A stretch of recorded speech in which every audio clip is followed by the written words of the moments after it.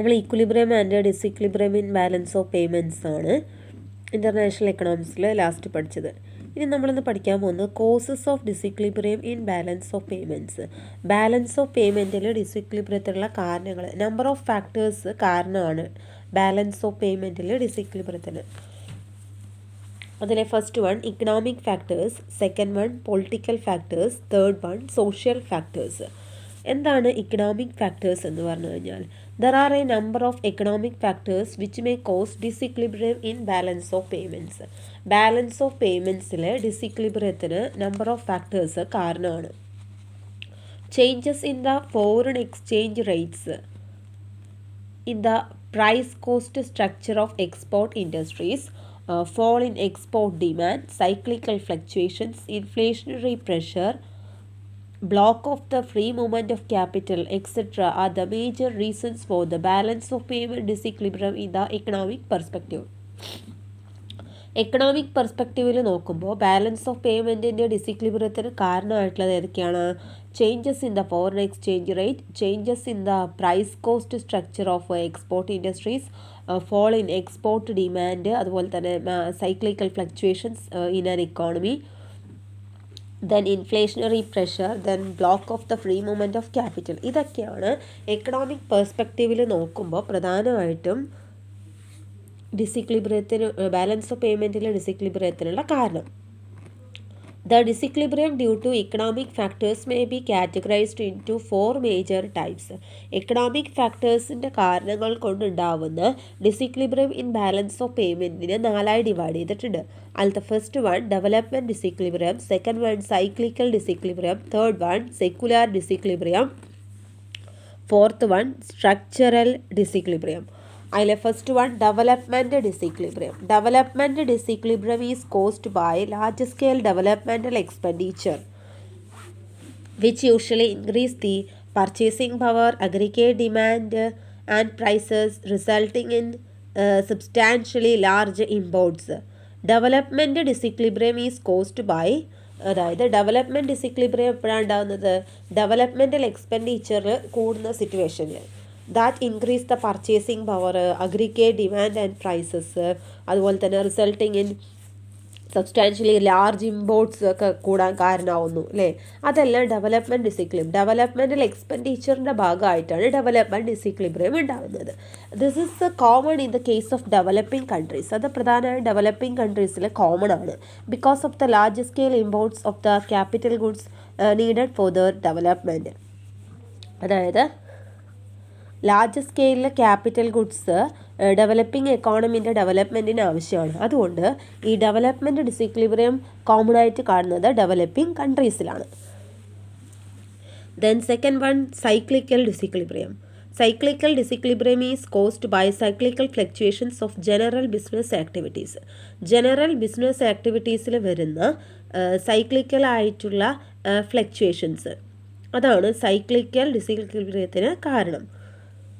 A country enjoying a boom will ordinarily experience a more rapid growth in its imports than its exports. ഒരു country ബൂമാണ് experience ചെയ്യുന്നതെങ്കിൽ അവിടെ imports റാപ്പിഡായിട്ട് increase ചെയ്യും, എക്സ്പോർട്സിനേക്കാളും import റാപ്പിഡായിട്ട് അവിടെ increase ചെയ്യും. Then third one secular disequilibrium.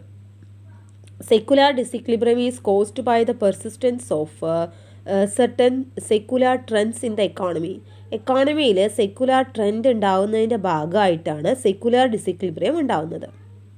Four instance, in a developed country, ഇവിടെ പറയുന്ന developed കൺട്രിയാണ്, the disposable income is generally higher and so is the aggregate demand and domestic prices. അതായത് developed കൺട്രീൻ്റെ പ്രത്യേകത, the disposable income is generally high and so is the aggregate demand and domestic prices.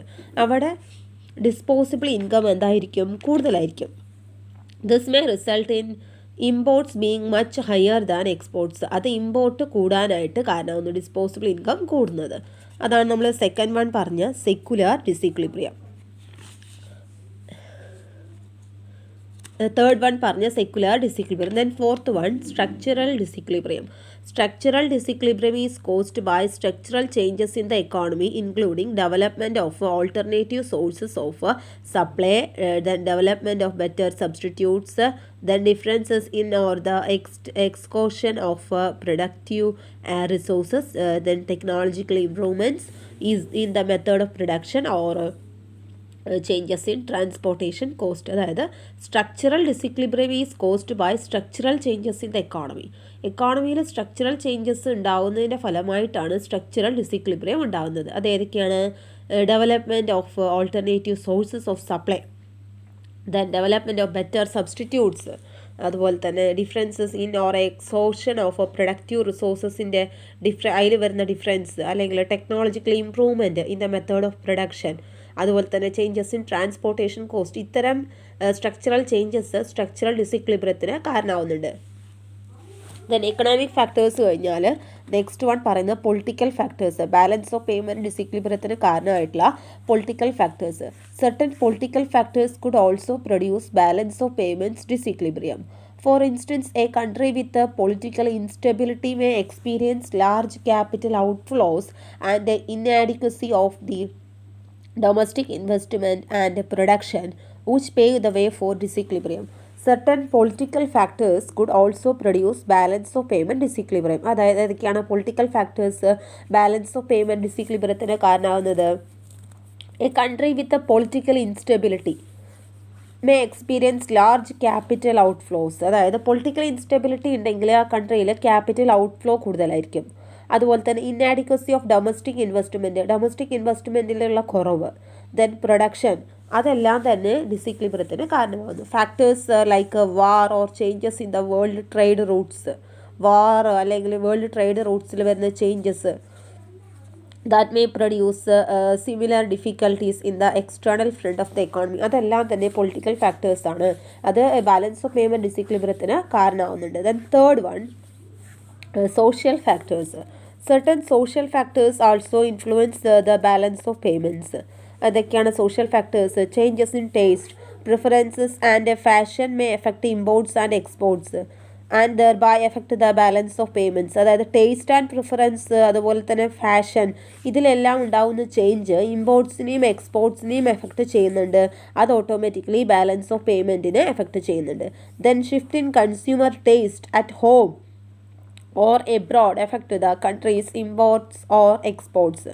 അതായത് കൺസ്യൂമറിൻ്റെ taste അത് at home or എബ്രോഡിലുള്ള taste ഹോമിലുള്ള taste shift ചെയ്യും അല്ലേ. അത് ഇക്കോണമീനെ അല്ലെങ്കിൽ കൺട്രിയുടെ എക്സ്പോർട്ടിനെയും ഇമ്പോർട്ടിനെയും എഫക്റ്റ് ചെയ്യുന്നുണ്ട്. ഇതൊക്കെയാണ് സോഷ്യൽ ഫാക്ടേഴ്സ്.